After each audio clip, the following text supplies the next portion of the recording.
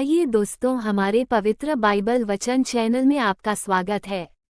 चलो शुरू करें। उत्पत्ति 17 का 1। जब अब्राम 99 वर्ष का हो गया, तब यहोवा ने उसको दर्शन देकर कहा, मैं सर्वशक्तिमान ईश्वर हूँ, मेरी उपस्थिति में चल और सिद्ध होता जा। उत्पत्ति 17 का 2। और मैं तेरे साथ वाचा बांधूंगा और तेरे वंश को अत्यंत ही बढ़ाऊंगा।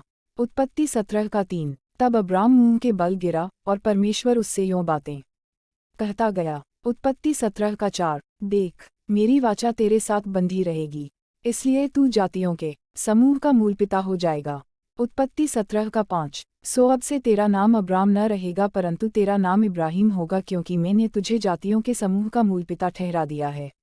उत्पत्ति 17 का 6। और मैं तुझे अत्यंत ही फलाऊंगा और तुझको जाति जाति का मूल बना दूंगा, और तेरे वंश में राजा उत्पन्न होंगे।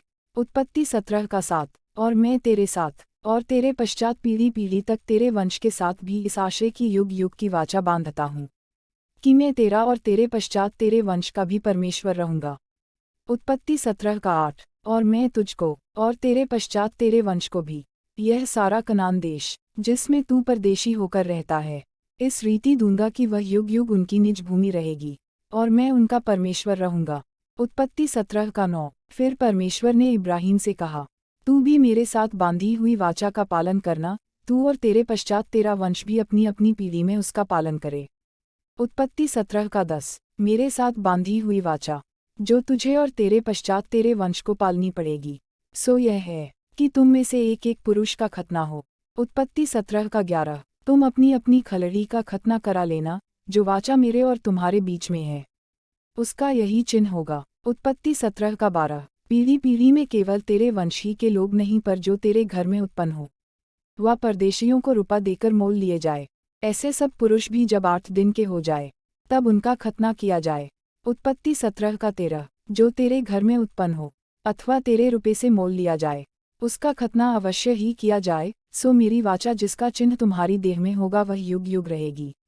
उत्पत्ति 17 का 14। जो पुरुष खतना रहित रहे, अर्थात जिसकी खलड़ी का खतना न हो, वह प्राणी अपने लोगों में से नाश किया जाए, क्योंकि उसने मेरे साथ बांधी हुई वाचा को तोड़ दिया।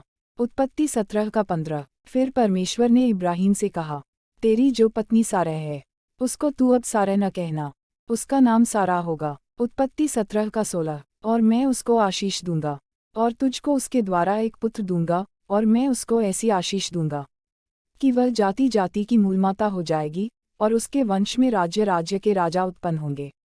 उत्पत्ति 17 का 17। तब इब्राहिम मुंह के बल गिर पड़ा और हंसा, और अपने मन ही मन कहने लगा, क्या 100 वर्ष के पुरुष के भी संतान होगा, और क्या सारा जो 90 वर्ष की है पुत्र जनेगी। उत्पत्ति 17 का 18। और इब्राहिम ने परमेश्वर से कहा, इश्माएल तेरी दृष्टि में बना रहे, यही बहुत है। उत्पत्ति 17 का 19। तब परमेश्वर ने कहा, निश्चय तेरी पत्नी सारा के तुझसे एक पुत्र उत्पन्न होगा, और तू उसका नाम इसहाक रखना, और मैं उसके साथ ऐसी वाचा बांधूंगा जो उसके पश्चात उसके वंश के लिए युग युग की वाचा होगी। उत्पत्ति 17 का 20। और इश्माएल के विषय में भी मैंने तेरी सुनी है, मैं उसको भी आशीष दूंगा, और उसे फलाऊंगा और अत्यंत ही बढ़ा दूंगा, उससे 12 प्रधान उत्पन्न होंगे, और मैं उससे एक बड़ी जाति बनाऊंगा। उत्पत्ति 17 का 21। परंतु मैं अपनी वाचा इसहाक ही के साथ बांधूंगा, जो सारा से अगले वर्ष के इसी नियुक्त समय में उत्पन्न होगा। उत्पत्ति 17 का 22। तब परमेश्वर ने इब्राहिम से बातें करनी बंद की और उसके पास से ऊपर चढ़ गया। उत्पत्ति 17 का 23। तब इब्राहिम ने अपने पुत्र इश्माएल को, उसके घर में जितने उत्पन्न हुए थे और जितने उसके रुपये से मोल लिए गए थे, निदान उसके घर में जितने पुरुष थे, उन सबों को लेके उसी दिन परमेश्वर के वचन के अनुसार उनकी खलड़ी का खतना। उत्पत्ति 17 का 24। जब इब्राहिम की खलड़ी का खतना हुआ तब वह 99 वर्ष का था। उत्पत्ति 17 का 25। और जब उसके पुत्र इश्माएल की खलड़ी का खतना हुआ तब वह 13 वर्ष का था। उत्पत्ति 17 का 26। इब्राहिम और उसके पुत्र इश्माएल दोनों का खतना एक ही दिन हुआ।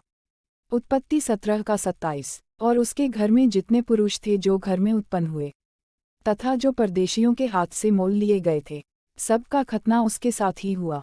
वीडियो देखने के लिए आपका बहुत बहुत धन्यवाद। परमेश्वर आपको और आपके परिवार को आशीष दे। आमीन।